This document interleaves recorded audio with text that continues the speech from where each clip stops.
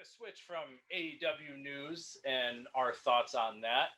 And we are going to go to a little game that, while I was out from surgery, that Rob and Alex played during the first round of WWE releases. Take it away. Ladies and gentlemen, Dr. Seuss once had a saying, oh, the places they will go. Well, in this case, it's by force, not by choice. We are back here with the newest unfortunate rounds of WWE Release Superstars, and we're going to play the Where Will They Go game. We have the choices of Ring of Honor, New Japan, Impact Wrestling, AEW, MLW, any of the indies. I'm going to go from some of the lower names, and then we are going to work our way up. So I'm going to start with some of the, no offense to them, lower guys on the list. And I don't mean that disrespectfully, but like, it's just, there's no nice way. There's no way nice say, and it's not a disrespectful thing. It's just the fact that there are guys that are spread throughout the card from low card to top of the card, and that's just how it is. There's no reason to say that these guys aren't going to change their positioning in pro wrestling between now and the next couple of years anyway. So it's not a disrespectful thing. I'm just, you build things up for a reason. So we are the guys who won't be getting beers bought for them when they walk in and go, "Hey, I've arrived." Fair enough. All right, so we are going to start things off with August Gray. August Gray actually had a great tweet when it came to getting released. He actually had a match the same night he was released for 205 Live.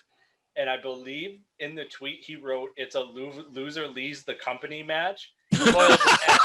Yeah, he literally spoiled the match as soon as they released him to let everybody know who was going to win. So from Perched, I actually tweeted at him, "Spoiler free's the way to be." I have a feeling because of that, because he had the best reaction to being released. I think there's a shot that somebody might pick him up only because of the hype that he made on social media after he got released. He took the release so well. I'm not going to lie. He had the funniest reaction out of everybody. Being a 205 Live guy, I got to say he's perfect for the X Division at Impact.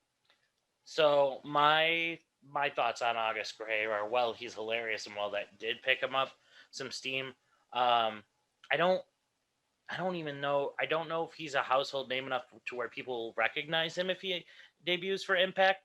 I'm going to go ahead and I'm going to say he debuts in Ring of Honor. Okay. Well, if he goes to Impact, he obviously could change his name. He's going to have to change his name. Right. So, Indie. I'll go with Indies. And when I say Indies, he could end up in MLW, Ring of Honor, all of that. I'll lump all that in one container.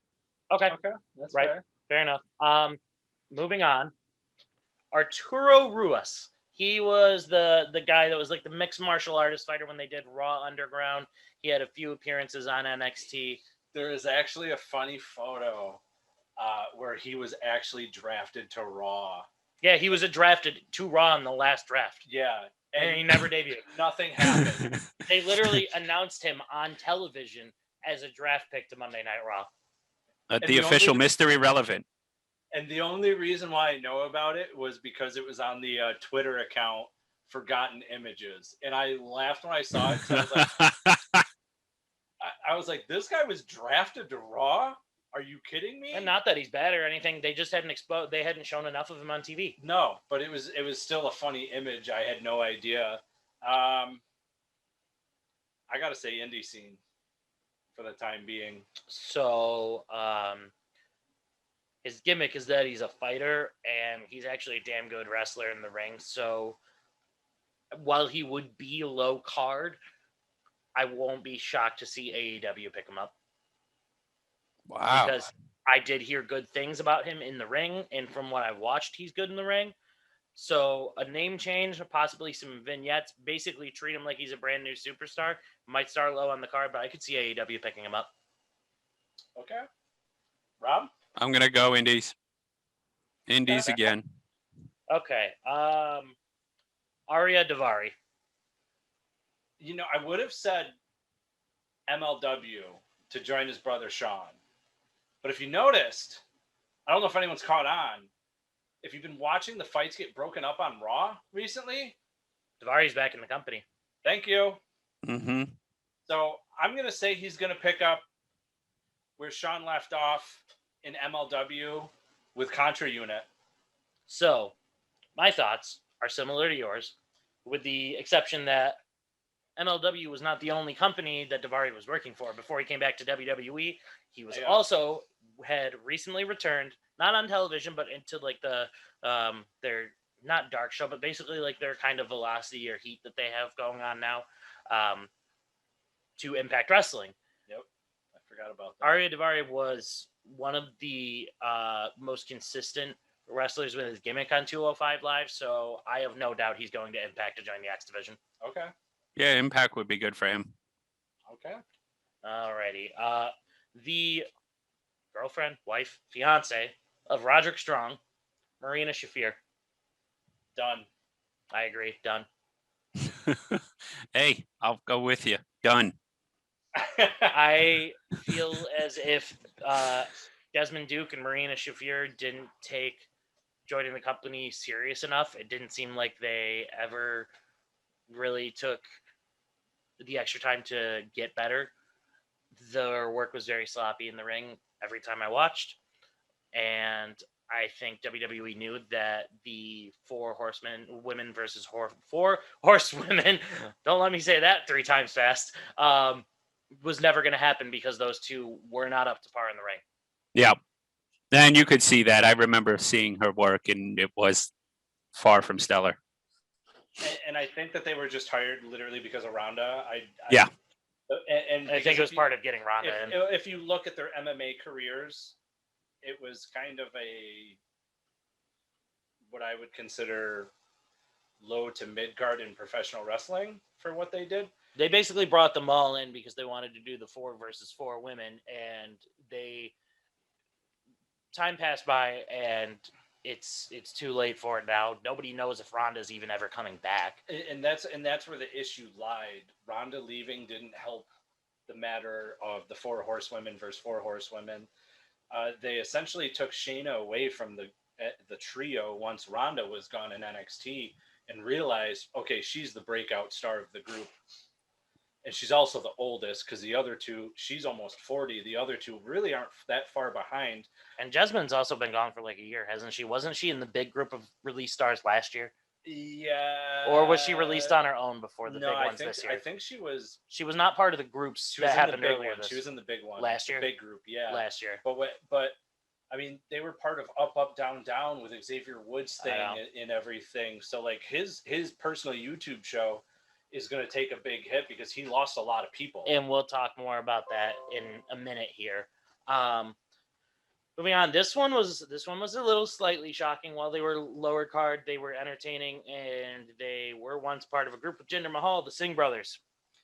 I was honestly shocked about this one, and I'm shocked because generally guys like Jinder Mahal, the Bollywood boys, you had not Jinder Mahal, you had Great Khali, Mm-hmm. Yeah.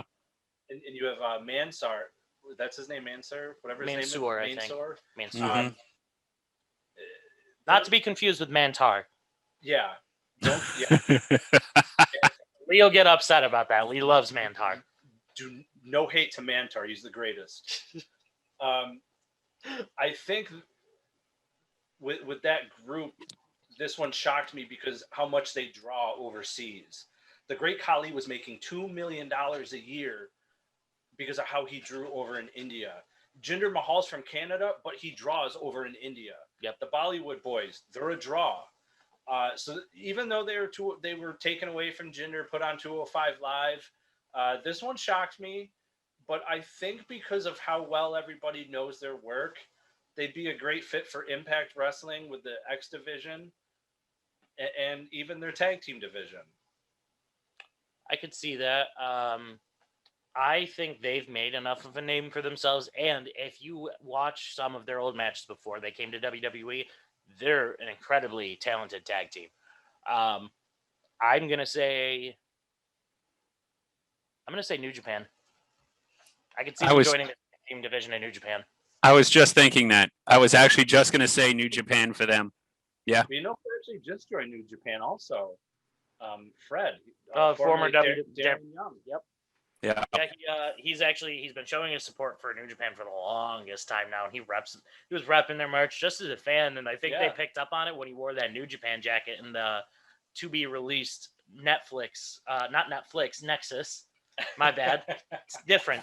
WWE is supposedly in the future here coming out with a documentary on the Nexus, and Darren Young sat down for an interview in it, and there's pictures from him sitting down in the interview, and he's wearing a jacket that says New Japan Pro Wrestling on it. It's no longer Netflix and chill. It is now Nexus and chill. But yeah, no, I've noticed a lot more WWE guys going to New Japan and succeeding very well there. I think CJ Parker, now known as Juice Robinson, was one of the biggest cases in years where he went from low card to they could put him in a world title feud tomorrow and nobody would be surprised. And no one would remember he was in NXT. No, nobody knows it. Nobody even remembers his work. So I'm going to go ahead and I'm going to say New Japan for the Singh brothers. Okay. Yep. If they do, though, I think they need a different name than the Bollywood Boys if they're going to be taken seriously. I mean, that was, I mean, I don't know if I think that they were going by the Singh brothers at one point in WWE and or towards the end. Right. But if I think they were using both names at one Well, point. before they went to WWE in the Indies, they were the Bollywood Boys because they were actually, for a slight amount of time, in Global Force Wrestling, if anybody remembers what the hell that was. Rob's like, no, I don't got a clue. I remember. Yeah, that was that little startup promotion Jeff Jarrett tried the whole thing. Start after Basically, TNA. when he got kicked out of his own company. Yeah. Sad. Anywho, so now we are moving on to Everrise. Okay, this one I really like. You were pissed off when you found out about this one. I was, because they are realistically, they're not appeasing to look at. No. They're a little doughy. Kind of like us. Do the Kamala. They are not appeasing to look at, but they are phenomenal. They can work. And to add to that, I can't remember who it was that said this. It was one of the wrestlers in WWE put this out on Twitter the other day. In a similar light to how R-Truth is, you get comedy that Vince McMahon puts on television these days where it's not funny, it's cringe-worthy, but then you get certain guys that like know their brand of comedy and how to be funny while being cringy, and a type of guy like that is R-Truth. Everrise was able to do that in NXT too. They were literally starting to pick up steam lately because their promos were hilarious. Yep, and my pick for this, and you're going to notice I'm going with a big theme here. I'm going with Impact Wrestling, and I'm saying that because Carl Anderson tweeted out, #Everrise signed Impact Wrestling. I think they've probably already got contracts waiting for them when their time's done. I know someone who was released in the last round who has already signed a contract to Impact Wrestling, and her fiance used to say a thing like, "Woo, woo, woo." You know it. And I think I called that one on the last time we played this game. We did, and you and I both did, because we also said that she's also an Impact Wrestling alumni, so the return makes sense. The only reason why I know this is a good promoter friend. Spoiler alert here, friends and fans listening alike. Chelsea had to cancel a lot of appearances coming up in August and September. It's almost like she's getting ready to show up for Slammiversary. Weird. Woo, woo, woo. You know it. That's not his thing anymore. He'd actually be pissed if he heard you say that. He said himself, Zack Ryder's dead. He still signs stuff as Zack Ryder, because if it's actually not true, because he was in Universal not too long ago, and I was just walking behind him just doing woo woo woo and then turning off like I was looking at like I was a tourist or something, and then he would keep walking and I'd do it a little more and then I'd look again up and look at the ride, oh look at the roller coaster, woo woo woo, and then just look again. Damn. That's hilarious. Hi, Zach. Yeah, it was me. All right, so we're going to move on. We have 4 left. The next one, and I saved this one. You guys are going to be a little surprised because I don't know how well you guys know him, but there was a lot of buzz around this man before, so this is why I saved him for later on in the list. Kurt Stallion. I guessed it right. Stallion. Did you see that? I did. I saw it. That's what I said, baby. Woo! Lee, your thoughts first. I already have, and I think I'm 90% sure on where he's going. I actually like this kid. Shockingly, I know who he is. You didn't get to see a lot of him, but you saw him on TV. Charismatic, good in the ring. This is going to be one of those rare ones where I'm going to say you're going to see him on AEW, but I also wouldn't be shocked if a company like Ring of Honor, Impact, or NWA make an attempt to grab him. I agree. I'm also going with AEW, and the reason I go with that is because right before he hasn't even been with WWE long, but right before he got signed, there was a literal bidding war going on between WWE and AEW to sign him. He's shown up on AEW Dynamite before he was signed to WWE, and then he literally appeared on an episode of Dynamite and then got signed to WWE the next week. He's going to AEW because that's where he was going to go before he went to WWE. I do want to add one point. He did make a hilarious tweet, just like August Gray when he got released. And his tweet was, well, my appearance fee just went up. And I got a kick out of that because, mostly everybody you see is thanking Stephanie, Shane, Vince, Triple H. Thank you for the time in WWE. Thank you for firing me. See ya. $6,000 to go to big event. And Carl Anderson has been against saying, quit thanking the people that fired you. Quit thanking them. I'm in the ropes about it. I'm on the ropes about it. I think it depends on the situation. I'm perched on the top rope about it because most people, when they, leave a job, they thank them for all their time there and this and that, and they're ready to move on. But that's on your own accord of quitting. Right.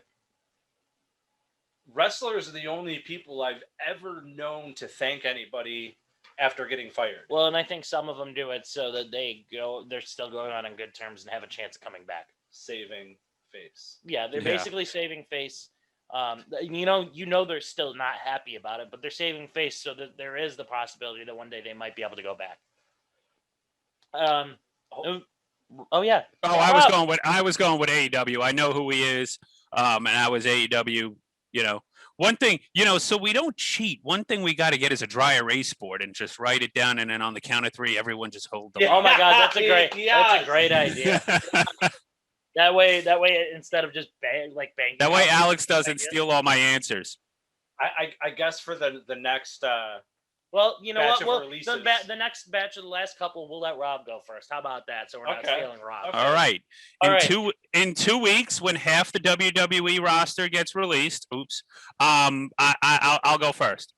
Okay.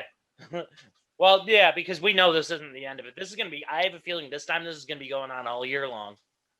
They've got way too many people. They've got way too many people on the roster. Watch in 2 weeks when half the SmackDown roster gets released, and they're all going to call for my head. I know. Think about it. Within the past couple months, a decent amount of it was the Raw roster. This time we got NXT and 205 Live. SmackDown's next. SmackDown only has 7 women's wrestlers active on the roster right now. So bye, Carmella. Yeah. That'll never happen. No, only because of Graves. Yep. That'll never happen. No, you never know, though, because they've said recently that Nick Khan, who's in charge of all these releases, he said he doesn't care who people are married to anymore. He said he doesn't care who your significant other is, what your plans were.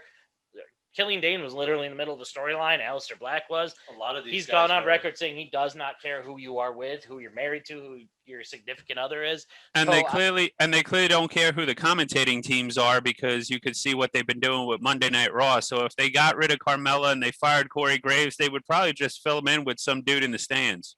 Probably. The only thing they've gotten right with the announce team lately was putting Pat McAfee on SmackDown. I love it. Pat is awesome. He's so entertaining. It's not even funny. There was a part on Talking Smack this past week where they had Big E come in, and him and Pat McAfee were playing off of each other. And it was at that moment that I didn't realize that Pat McAfee needs to be in the New Day. I get a kick out of how excited he gets for Booze. It's When so Booze refreshing. comes out, when Boozman comes out to play for Shinsuke, he gets all jacked up. I mean, he was cracking waters. He was cracking waters like they were Austin beers and everything. Yes. Why are you humping me? Because that's what Pat McAfee does. If you actually watch the product, you'd know that. I do watch the product, but he doesn't hump the guy. He absolutely does if you watch the product. That's all right. I'm sure Michael Cole likes it.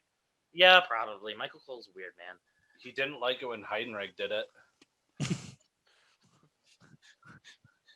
Well, no offense to Pat. He's probably not that big. But anyway. Moving on. The big three. Killian Dane. AEW. Yeah, I'm gonna say AEW, or I could see him going to Impact only because if you've noticed, slowly the former members of Sanity have been one by one joining Impact Wrestling, and I could almost see them reforming the stable one day down the road in Impact. I'm gonna go with the both of you. You're both right. You think he'll show up in both? I think he's gonna do a couple of per appearances and do something with Eric Young. Mm-hmm. I think he's going to go through that, kind of, get a new name for himself because he's not going to go back. He'll probably go back to Big Damo again. I think he'll try and do a few paid appearances with Impact, get that name established, and then he's off to AEW.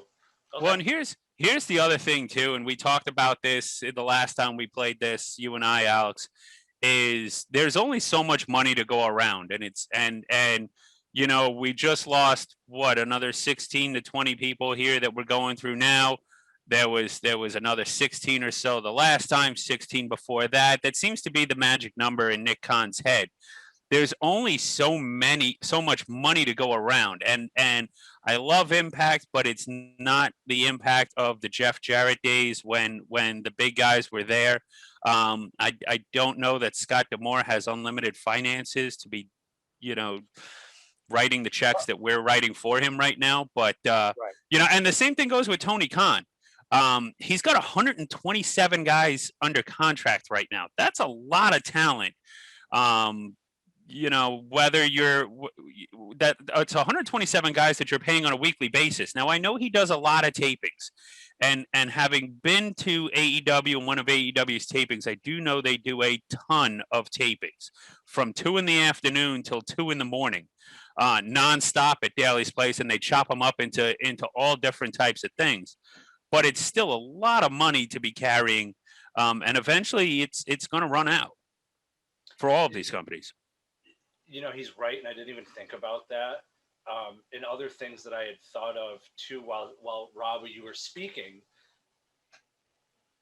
There's going to be people from the last batch that aren't going to get picked up anywhere. There's people from a year ago, Curtis Axel, that some of those guys also decided on their own not to go back into wrestling too. Yes, but there's a lot that still want to be part of it. Then why aren't they on the indies though? Aiden English is one of them. He never got picked up anywhere, and now he's actually coming back and debuting in PPW, which is based out of Pennsylvania. So the thing and that's a bigger independent company, just like Northeast Wrestling, mm-hmm. New, yep. Big Time Wrestling. That travel the East Coast. And then there's SWE based out of Texas, which has been doing phenomenal. They have a bunch of big time former WWE, WCW, ECW like talents part of their shows. This is also going to help companies like that. Right. Get the guys like the Austin Grays, and maybe like Ever Rise, because if you're with Impact, even AEW and stuff like that, or MLW, they still allow it to be like an independent field where you can go work independent dates. Right. Here's the other answer to your question, Alex. Why you haven't seen all these guys all over the place is because they still have WWE dollar signs in their head.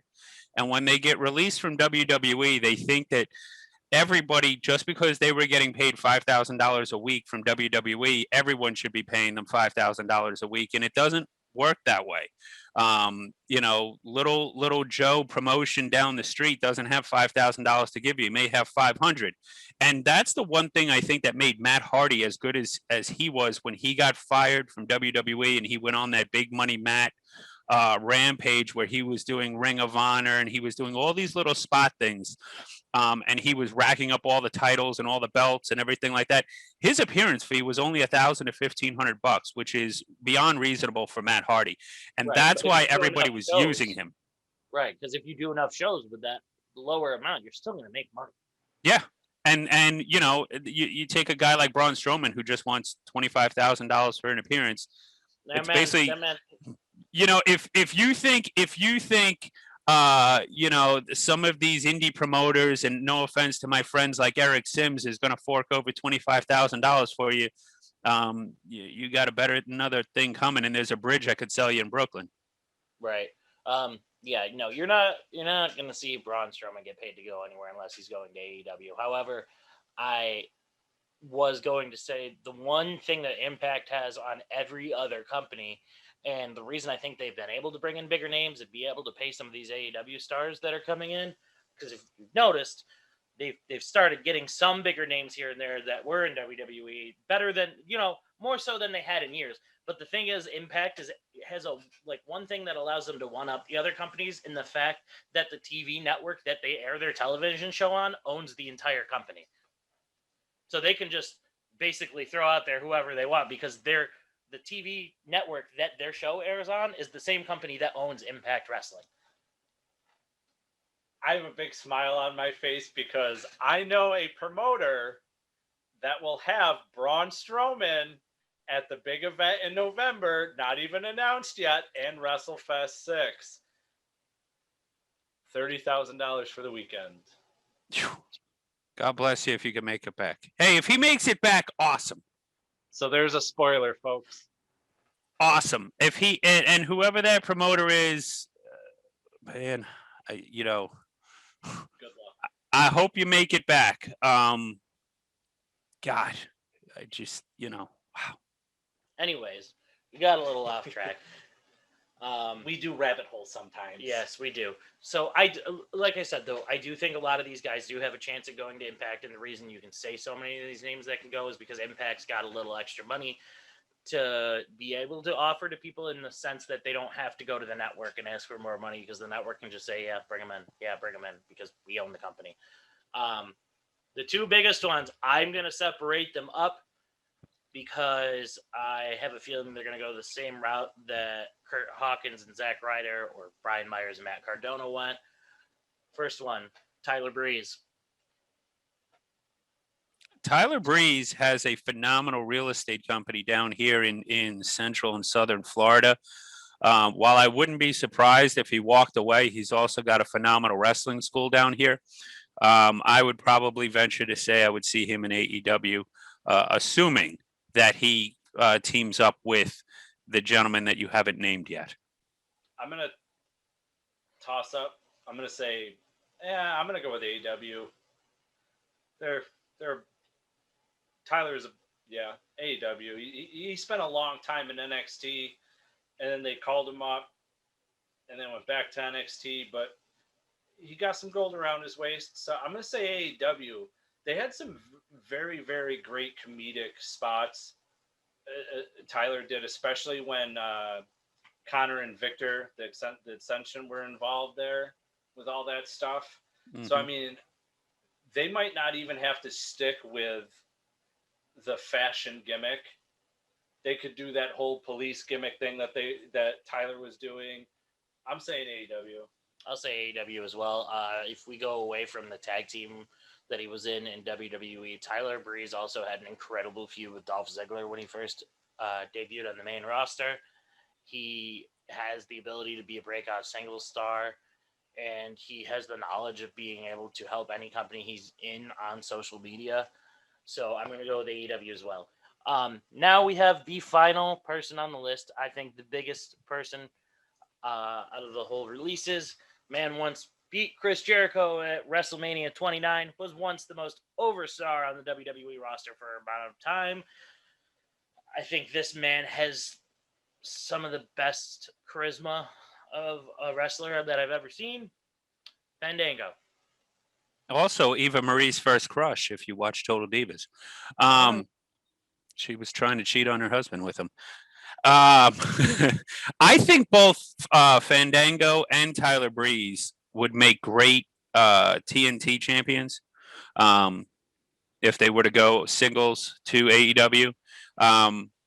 But again, as a tag team, I think they'd be great in AEW as well. I think they could do well with FTR.